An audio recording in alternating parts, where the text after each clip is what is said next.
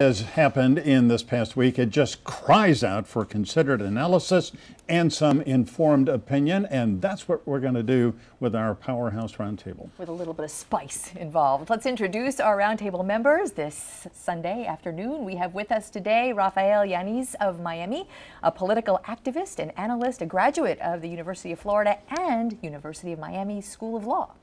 H.T. Smith, a widely respected Miami attorney, a law professor at Florida International University, and a legal icon, our own.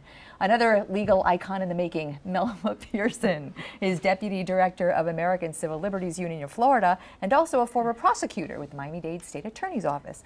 Welcome, everybody. Good morning. Good morning. Good morning. Hi, and fellow beach resident. Yes. Great to have you. Rafael Yanez, here you heard Richard Corcoran a few minutes ago talking about how they came up, he and Senator Negron, Governor Scott, who had been at odds, particularly Corcoran and the governor, and suddenly they're buddy-buddy, it's kumbaya, and they've come up with this deal, and they just want, it seems to me, the legislature to go and rubber stamp it. That's exactly what it looks like, and unfortunately, we're operating, or not we, the legislature is operating outside of the public light, out of the sunshine. Yeah. And it's an antithesis to what Florida used to be the leading example that other states would model their the public open records laws and open meeting laws. They would model them after Florida. And now we're going line by line, day by day, session by session, gutting these laws. And these actions are not helping. Yeah, this is really awful. Basically, they said, well, we're not violating the Sunshine Law because we were not in the same room together. We were on the same telephone line together, of course, making this deal not in the sunshine. Yeah. Right. And I'm really disappointed that Governor Scott had a line item veto of enough money so that he would be able to give corporate welfare, this so-called Enterprise Florida, which is not going to be Enterprise Florida, but it's still corporate welfare to friends and supporters.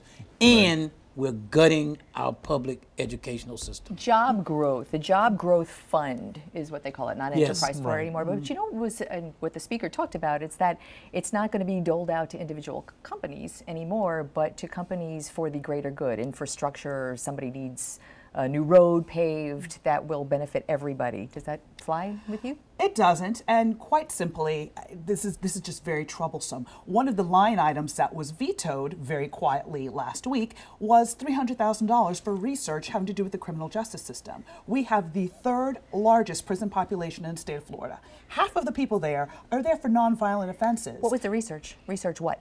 It was going to be a criminal justice task force where they would basically look at what we're doing in our criminal justice system, analyze what we can do, and make findings as to what we can do better, how we can reduce our prison population, how we can reduce recidivism, and that money, poof, gone.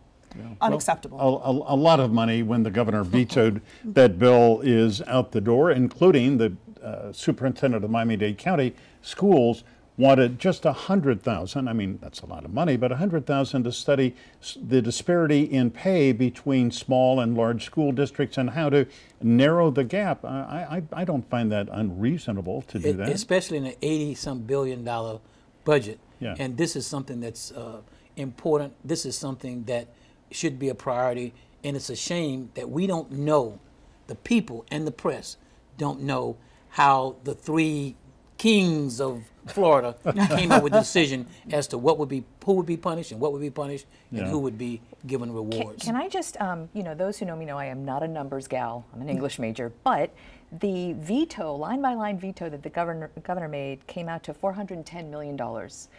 House Bill 7069, that education reform bill, the price tag on that is $419 million. Is there, I mean, a correlation there, do you think? The biggest challenge that we have is that we need to take a step back and look at the bigger picture. The session, the 2 months of the session were mired in scandal, and they couldn't come up with a plan during 2 months. And now we expect them that in 3 days they're magically going to come up with all these numbers. 7069 that you referred to, Glenna, is an abomination, unfortunately. It's gutting our public schools. It's gutting inner city schools, depriving them of not just inner city schools, but even in rural counties in Florida where students are challenged and they need these funds desperately in the school districts to help the students succeed. You're now allowing charter school companies to open up next door, but they get to cherry pick their students. So the more involved families are naturally going to gravitate towards those charter schools. Don't magnet schools and schools of choice that are public schools get to cherry pick their students too? In a different way. They work through lotteries. So magnet schools that are in demand, such we have several here in Miami, they work through a lottery system with applicants, and then it's up to chance and the luck of God. So here we're dealing with public tax dollars, and we have to make a fundamental choice. Are we going to distribute it towards privately run schools, or are we going to distribute it to our public school systems? Now, full disclosure, I'm the son of a Miami-Dade County public schools teacher.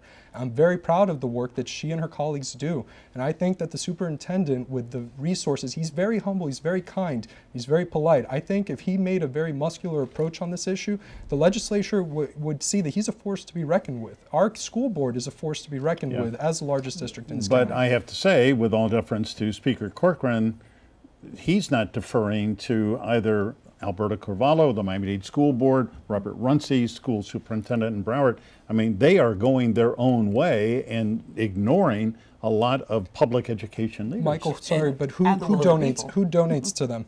Yeah. School teachers don't have the salaries to donate. Right. If school teachers had the salaries to donate the way that private corporate executives do, I think the legislature would be listening to them a little more. And I hope all of your listeners heard Raphael answer the first question that was asked, and that is this just a rubber stamp?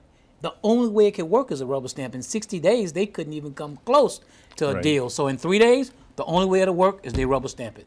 Right. All right, before we take a break, let's begin a discussion about the change in Cuba policy. We are told President Trump is going to come here, Raphael, later this month, maybe go to FIU, and make a speech in which he says, I'm going to roll back most or some of the Obama policy changes with regard to Cuba, opening things up. I mean, the implications here for South Florida are enormous because the amount of money that airlines, cruise ships, ag industry have put in, I mean, we're talking about billions of dollars. I will not hold my breath. I'm an optimist, but I'm also a realist. I think that we all need to approach with caution because this president said one thing on the campaign trail. He came here to Miami and like you said, he said he was going to tear up the deal, make a better deal with the Castros, but he is the self-proclaimed king of the deal, of making the art of the deal. I don't believe he's going to, unfortunately, rip up everything and start from scratch. I do believe we will be in for some regulatory updates or maybe even reversals to see where we can go. I got a feeling it's going to be tougher for Americans to travel there. They're going to, I think, narrow the categories or 12, maybe reduce them. And the biggest challenge is Obama's Justice Department decided that they were not going to enforce the 12 categories. So right now it's a self-attestation, a self-affirmation. When you're flying, you say, I check off any of these boxes. Donald Trump might go back and say, we need you to prove that you're going for one of these 12. That it was a real people-to-people. Okay, everybody, hold your thoughts for a second. We'll be right back. Going to take a break. Awesome. Okay.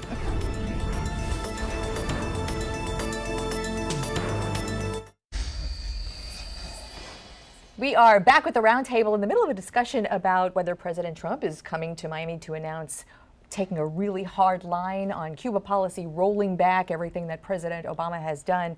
Melba, it sounds like, I mean, there's so much that has gone on business-wise, travel-wise in the past couple of years. It sounds like it's easier to talk about taking a hard line than the actual practical applications of undoing cruises and airlines. Absolutely. And the key thing is, are we going to go back to a policy that didn't work? I mean, it was clear for what we did for a half a century. The Castros outlived pretty much 10 presidents, right? And was able to prop himself up in the world and say, you know, I was able to do better than the Americans and blame the Americans for problems in the country. Granted, I know he was responsible for some of the issues that the Cuban people are facing, but at the same token, we as Americans, as the world power, should be able to go in and help the people by spending money through our tourist dollars and showing them what democracy is. So that begs the question, is it working? More basically, we're creating jobs for the American people in tourism, with regard to airlines, with regard to cruise lines, and with the people exchanges. If this president is a president about jobs, jobs, jobs, he should not I want to this. address both of those points, though. HT, to your point, we have to know, I'm pro-jobs, and you know that, but we have to see who we're getting into bed with, and we have to see who we're doing these deals with. And as long as the Cuban military is the ultimate beneficiary of the American dollars flowing into the government, into Cuba, its economy, that's a problem. For people here, for the exile community, that's a massive issue. And it goes back to, Melba, your point. I want to respectfully disagree. I don't think it's fair to say that the policy failed for 50 years. It's looking at how it's designed. The embargo was never fully implemented. Our allies never implemented it, and we chose not to enforce it against our allies, because if you read through it, it says it very clearly that we would sanction any country that's in violation of our embargo, not just the Cubans. So one of the challenges we have is that the ultimate goal of the embargo is to deprive the Castros of hard currency, because that hard currency is used to suppress the Cuban people and the dissidents. Well, I agree with you. I agree with Raphael. We need to watch who we go into bed with. Absolutely. And so we're in bed with Saudi Arabia, where 15 of the 17 hijackers from. We're in bed with a lot of bad people around the world. And so while we are looking at that, there are national interests that supersede the fact that a bad person may be leading a country. You know, there's a Engage Cuba and a host of other organizations came out with a report this week, and, you know, take it at face value. It says that rolling back all of President Obama's openings would cost the U.S. $6.6 billion and 12,000 plus jobs. And the truth is in the numbers. You know, the people that are going to suffer. If the numbers are true. Right. Assuming the numbers are correct. Those numbers are kind of blue sky. I'd just like to point out that when the president recently was in Saudi Arabia, he essentially said, I'm not here to lecture you on human rights or human rights abuses or the status of women. It's all about business. He's going to come to Miami and say it's all about human rights and abuses. And the reason, I think, is because Marco Rubio and Congressman Mario Diaz-Balart have gotten his ear. And then, of course, he made these other promises and when Bob he was Menendez running, and Bob Menendez. And I don't mind them getting his ear, but let's be consistent.